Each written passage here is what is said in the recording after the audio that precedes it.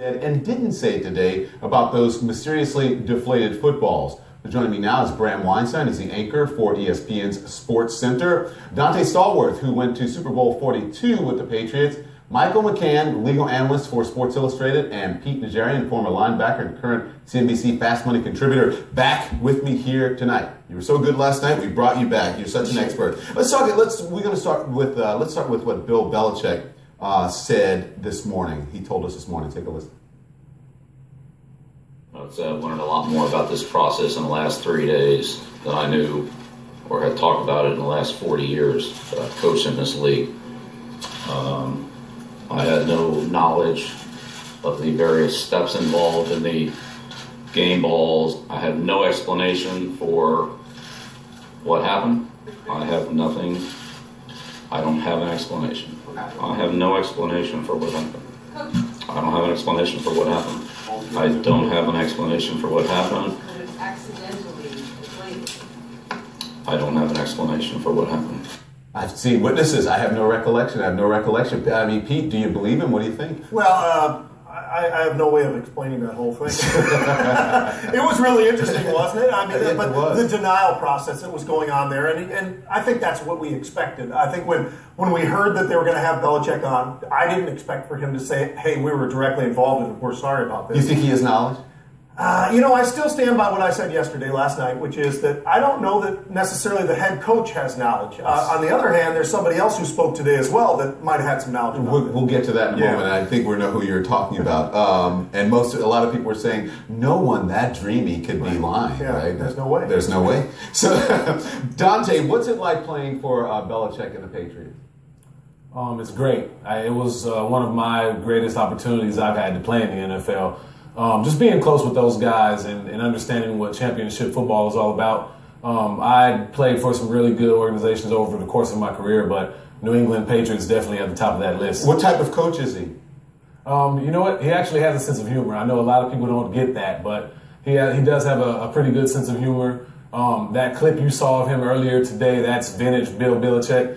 That's what he does. He doesn't like to give out too much information as far as during the football games or anything pertaining to football. So that was not anything out of the ordinary the way he answered his questions today. You were a Patriot, I believe, during Spygate in 2007. What was that whole ordeal like? It was interesting. I know a lot of the older players, Teddy Bruschi, Mike Vrabel, obviously Tom Brady.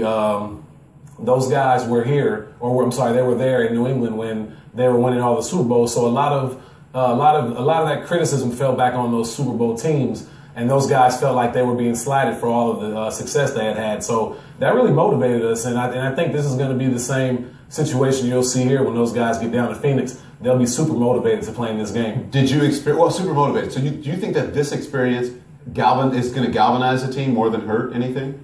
Yeah, well, I mean, I can only speak for, in this instance, New England Patriots. That's what they do. They live on this type of stuff.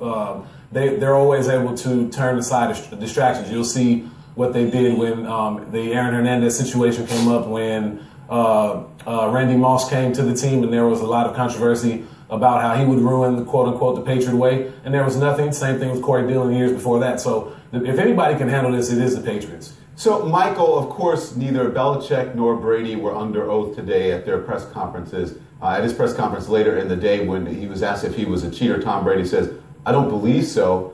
I mean, it wasn't very convincing to most people. Do you believe him, and why?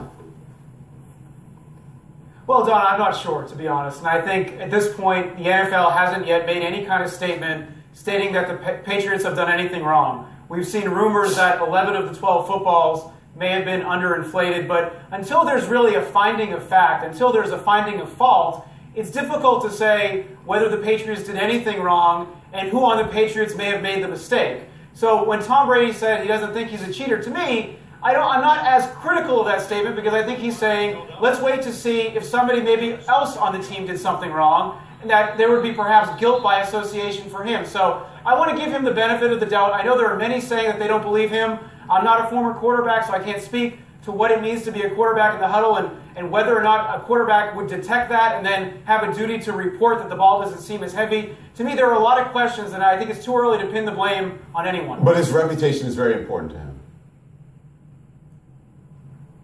Oh, no question. Absolutely. This is a player, Don, that we know that he has political aspirations after his Patriots career ends. This is somebody who many expect will perhaps run for the Senate one day. You know, some have said, well, look, other players have gotten into trouble and they've become broadcasters. Someone like Ray Lewis, perhaps. Well, Tom Brady has, I think, a different goal, and that would be to be revered, to be respected. And if it's possible that he's lying and he's caught, that to me would be very damaging to his reputation. Well, Bram, you thought, Michael said maybe someone else on the team might take some responsibility, but you thought that there was a chance that Brady was going to take responsibility today. I did. I actually thought he might say, I do like the balls to be a little less inflated than the typical full inflation standard. However, I never told anybody to do it below what would be legal in play. That's what I thought he might say today, but that would be kind of a tacit admission of doing something wrong. I also don't think he snuck into the equipment room with a pump and deflated the balls. So, or with a pen. Let's listen to him and then we can talk more, Bram. I didn't alter the ball in any way. I have a process that I go through before every game where I go in and I pick the balls that I want to, the footballs that I want to use for the game. Our equipment guys do a great job of breaking the balls in. They have the process that they go through. When I pick those footballs out, at that point, to me they're perfect. I don't want anyone touching the balls after that. I don't want anyone rubbing them, putting in the air in them, taking the air out. To me, those balls are perfect, and that's what I expect when I show up on the field. Hey, that's the way he wants it. So, but he never said, did he say, Bram, like, I never told him, that I like underinflated balls or to underinflate the balls? I think that's the question that wasn't asked today. Yeah. Did you not instruct necessarily to do something illegal here, but have you told them the specifications that you like? And that not necessarily to go below what is the NFL standard to get the team in trouble, and maybe someone took that the wrong way, or someone maybe have just made a mistake and underinflated them to a point that got them in trouble. And we have to mention this too. They played the Colts earlier in the year. The Colts apparently were aware that this could be an issue, and it became an issue later because they thought it might be. So, therefore, it would suggest that this is the type of ball he likes to play with, and in most cases, it probably is right on the line of being legal, and in this particular case, it probably wasn't. But I'm not going to go far enough to say Tom Brady did it. Yeah. I just can't leap to that conclusion that he did that. The best television that you're not saying, you said Pete's expressions over here when you're talking about those things. Good stuff, man. I know. Okay, so we'll go long.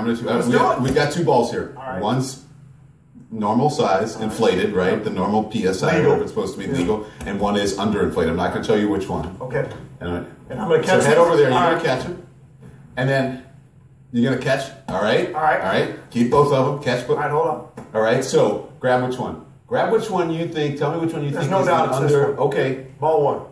After the break, we'll tell you if you're right. Don't go anywhere.